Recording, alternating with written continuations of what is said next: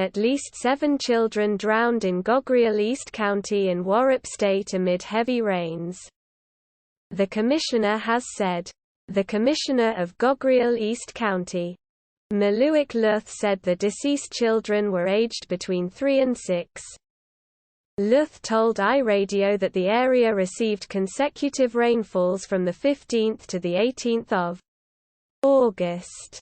As a result, the commissioner said over 75,000 households have been submerged in flash floods. Luth said farms have also been destroyed. I am reporting the catastrophe situations Gogrial East is subjected to. The county has experienced heavy rains that starts from date 15 to the 18th of August, said Luth.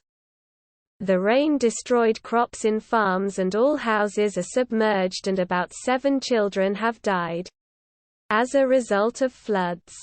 Their ages are between 3 and 6 years old. All markets are submerged in water including the commodities. I am calling for humanitarian. The government of the National Unity, especially the Ministry of Humanitarian Affairs, to rally behind the humanitarian actress to pay a visit and assess. The population affected now is estimated to be 75,000 and this is what happened in Gogrial East County.